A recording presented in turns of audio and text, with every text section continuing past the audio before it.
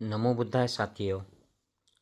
ये एआई को मैंने एक सवाल पूछा है कि बुद्धिस्ट टीचिंग के हिसाब से ज़्यादा बात करने वाले जो लोग होते हैं, जो ज़रूरत से ज़्यादा बातें करते रहते हैं, कि भाषण में बोल बातें करते रहेंगे या और कई जगह पर, तो उसके क्या डिसएडवांटेज है, ये त्रिपिटक में भी दिया हुआ है।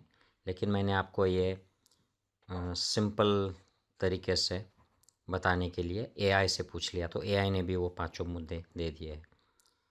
तो 5 जो डिसएडवांटेज है उसमें का पहला जो है वो है अनस्किलफुल स्पीच।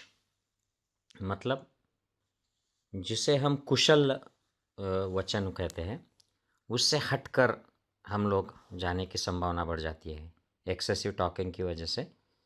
कि जो कुशल यानी सत्य, जो जैसा है वैसा है, लेकिन अगर हम ज़्यादा बोलते हैं तो ये पॉसिबिलिटी बढ़ती है कि हम सत्य से विचलित हो सकते हैं और इधर उधर की बातें करने में झूठ बोल दे सकते हैं। तो उससे फिर नुकसान हो जाता है। अगर हम शील का पालन नहीं करते हैं, सत्य नहीं वचन करते हैं, तो वो नुकसान हो जाता है, आध्यात्मिक नुकसान होता है और इमेज खराब हो जाती है। हम शीलवान नहीं रहते हैं। दूसरा डिसएडवांटेज है waste of time and energy.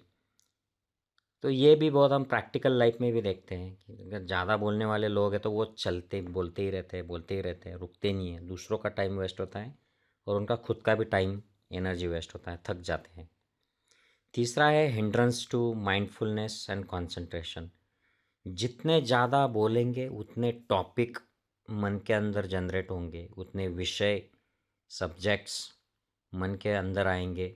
ज़्यादा बोलने के लिए ज़्यादा सोचना पड़ेगा, उतने टॉपिक्स इधर उधर के डिस्ट्रैक्शन सामने आएंगे। तो ये माइंडफुलनेस के लिए, सजगता के लिए और ध्यान के लिए, कंसंट्रेशन के लिए ये हार्मफुल रहेगा। और जैसे हम ज़्यादा बात करते हैं, उसमें कई गलत बोल दिया, चुगली कर दी, किसी के खिलाफ गलत बात बोल दी, झूठ बात बोल दी, तो उसकी वजह से हमारे निगेटिव कर्मास डेवलप हो जाएंगे। उसका हमें नुकसान भुगतना पड़ेगा। जो भी निगेटिव कर्मा जनरेट करते हैं, कोई भी कर्मा निगेटिव करेंगे तो उसका नुकसान होगा ही, उससे छुटकारा नहीं पाएगा। चाहे कहीं भी हम चले जाए, उससे छुटकारा नहीं होगा। और पांचवा जो है, वो एक्सेसिव बात करने से रिलेशनशिप खराब हो जाती है। आप देखिए, कुछ जोक कर दिया, टॉन्ट मार दिया, गलत बात बोल दी, तो उससे रिलेशन खराब हो जाते हैं। तो इसीलिए कम बोलना ज़रूरी समझा है, ज़रूरी बताया है भगवान बुद्ध ने। और जो आध्यात्मिक लोग हैं उनको तो कम से कम बोलना चाहिए। मौन का इसीलिए ज़्यादा इम्पोर्टेंस रहता है कि जितना मौन रखेंगे शरीर से, वाणी से और मन से भी, उतनी आध्यात्मिक प्रगति होगी, उतनी समाधि अच्छी लगेगी और प्रज्ञा का भी अभ्यास उससे बढ़ेगा। I hope this is interesting for you. मिलते हैं किसी और वीडियो में।